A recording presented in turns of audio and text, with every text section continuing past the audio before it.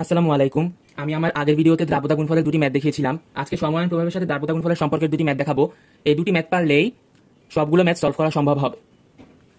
তো প্রথম প্রশ্নটি আমরা পড়ি। 0.1 মোলার NaF দ্রবণে SrF2 এর দ্রাব্যতা কত? যেখানে SrF2 এর Sp 8 × 10⁻⁻10। যেহেতু NaF হলো মানে স্ট্রংলি সলিউবেল আর SrF2 এটা হলো উইকলি সলিউবেল, তো এখন আমরা আগে NaF কে ভেঙে দেখাই। যেগুলো হাইলি সলিউবেল ওইগুলোর ক্ষেত্রে একটি অ্যারো ব্যবহার করতে হয়, Na plus plus F minus. এখন উইকলি সলিউবেল যেটা SrF2 এটির ক্ষেত্রে আমরা দুইটি অ্যারো ব্যবহার করতে পারবো।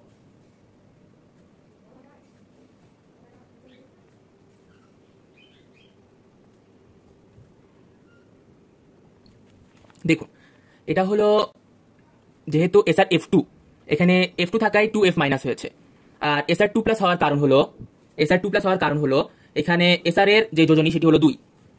তো এখন আমরা যেহেতু মানে আরেকটি দ্রবণের মধ্যে যেহেতু সম আয়ন কোনটা, এখানে সম আয়ন হলো ফ্লোরিন, তো যেহেতু আমরা নতুন দ্রবণে SrF2 কে স্থানান্তর করেছি, এই নতুন দ্রবণের দেখুন যেই মানে কি বলে এটাকে, নতুন দ্রবণের যে ঘনমাত্রা সেটি দেওয়া আছে এখানে। তো এখানে আমরা নরমালি দ্রাব্যতার মতো S1 লিখি, যেহেতু আমরা নতুন একটি দ্রাব্যতা নির্ণয় করতেছি S1 আর 2F মাইনাস। এখানে কমন আয়ন বা সম আয়ন কোনটা? সম আয়ন হলো ফ্লোরিন। যেই আয়নটা সম আয়ন সেই আয়নের সাথে মানে যতটুক ঘনমাত্রার দ্রবণে মিশ্রিত করে বা যতটুক ঘনমাত্রার দ্রবণে মিশিয়ে আমরা সমায়ন প্রভাবে দ্রাব্যতা নির্ণয় করব, সেই আয়নের সাথেই আমরা উক্ত ঘনমাত্রা মানে 0.1 যোগ করব। যেহেতু এখানে 2 আছে সেহেতু 2S1 লিখতে হবে সর্বপ্রথমে, এবং কমন আয়ন হওয়ায় এটার সাথে 0.1 যোগ করতে হবে। এখন আমরা KSP ইকুয়ালস টু কি জানি? SrF2 হলো AB2 টাইপের লবণ। AB2 টাইপের লবণের ক্ষেত্রে KSP সবসময় 4S³ হয়। তো KSP ইকুয়ালস টু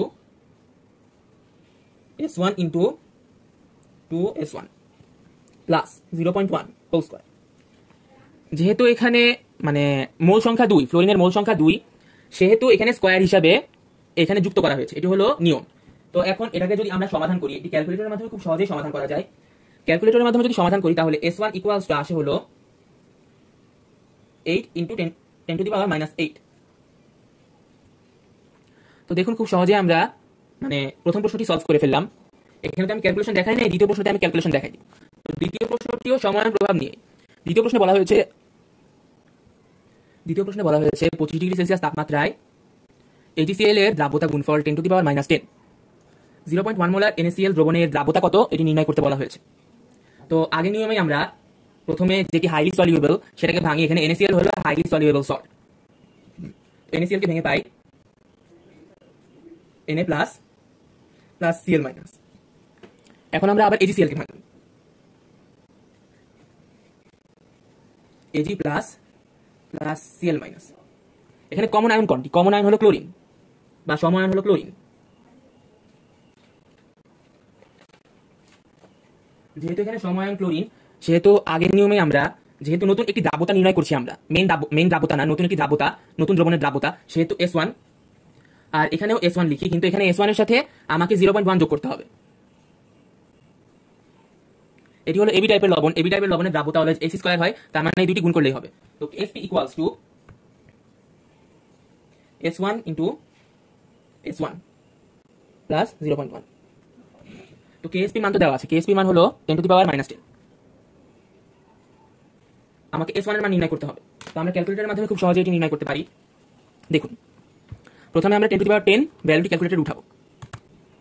এখন আমাকে ইকুয়ালস আনতে হবে। ইকুয়ালস আনার জন্য আলফা প্রেস করে ক্যালকে প্রেস করব, তাহলে ইকুয়ালস চলে আসলো। এখন আমরা তো আর S ক্যালকুলেটরে লিখতে পারবো না, সেই কারণে আমরা S কে x ধরে নেই।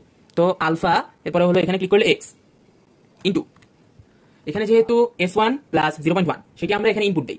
যেহেতু আমরা S কে x ধরেছি তাহলে আমরা x লিখবো, আবার আলফা এই বাটনে ক্লিক করে x plus 0.1।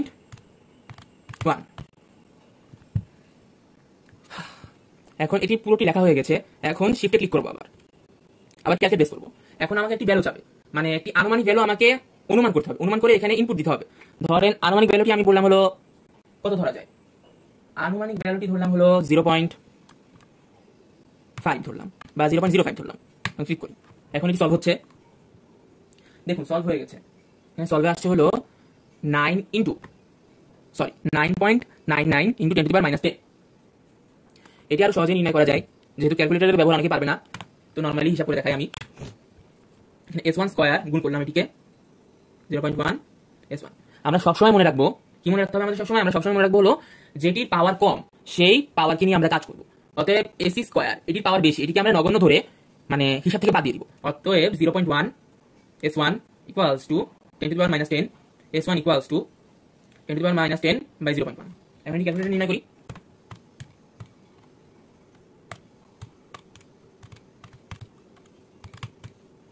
One into 10 to the power -9।